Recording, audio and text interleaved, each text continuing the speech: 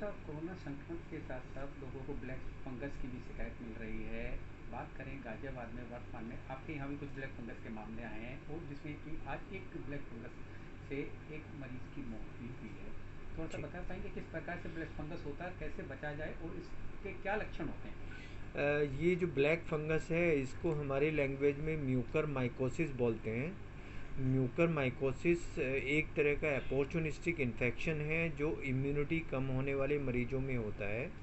और जो ये कोरोना वाला सेकेंड वेव आया है इसमें अधिक स्टेरॉयड इस्तेमाल किया गया है जिसका नाम है डिपोमेड्रोल। और मेड्रोल करके टैबलेट होती थी, उसकी वजह से इम्यूनिटी पे फ़र्क पड़ा है लोगों के।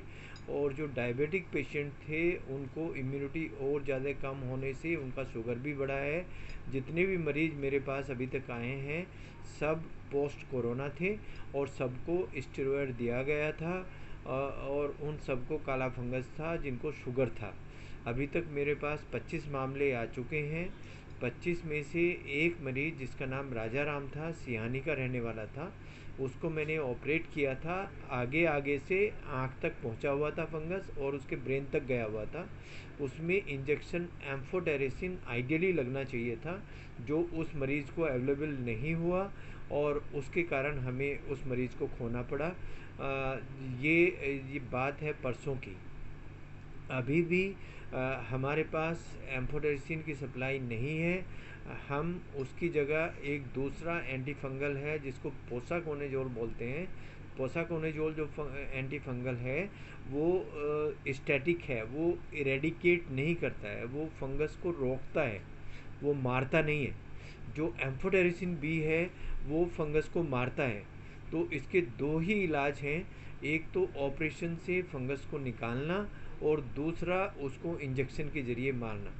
तो जो मारने वाला इंजेक्शन है अगर वो अवेलेबल हो जाए तो इसमें जो साइनस तक इन्फेक्शन फैला हुआ होता है उसमें 50% मोर्टेलिटी होती है।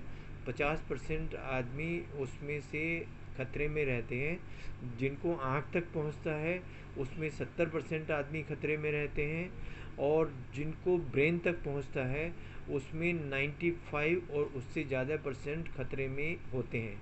तो ये जो राजा राम था पेशेंट, इसके ब्रेन तक पहुंचा हुआ था और इसकी जो मोर्टेलिटी है जब ब्रेन तक पहुंच जाता है तो वो बहुत ज़्यादा होती है और उस पेशेंट को हम बचा नहीं पाते हैं क्योंकि खून की नसों को वो जाम कर देता है।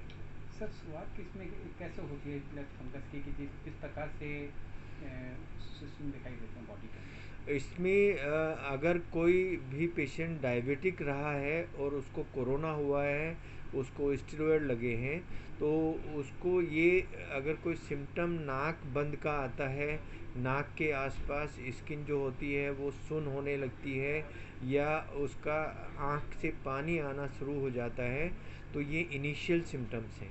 उसके बाद आँख से थोड़ा सा दिखना कम हो जाएगा, सर दर्द होने लगेगा और आधे चेहरे में बिल्कुल सुन्नपन हो जाएगा, आँख आगे की तरफ बाहर को निकल जाएगी जिसको प्रोप्टोसिस बोलते हैं। तो ये इसके